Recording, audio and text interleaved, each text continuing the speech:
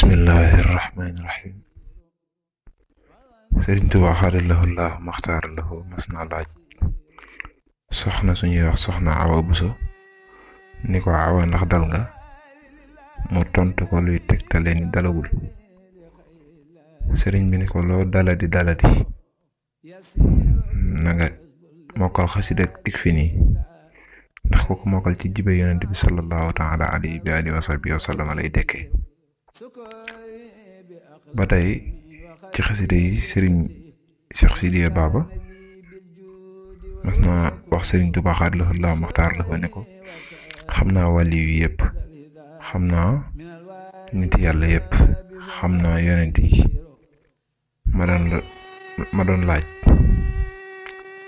ñan ñooy ahlullaahi mooy waa kër yàlla. sëriñ bi ni ko dama lay sartal bu ma la ko waxee nga gëm ko. mu ne ko loo ma wax ma gëm ko. sëriñ bi ni ko mooy ñiy jàng sama xasida yi.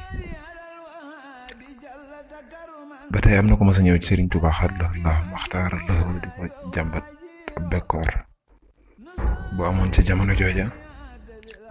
sëriñ bi ni ko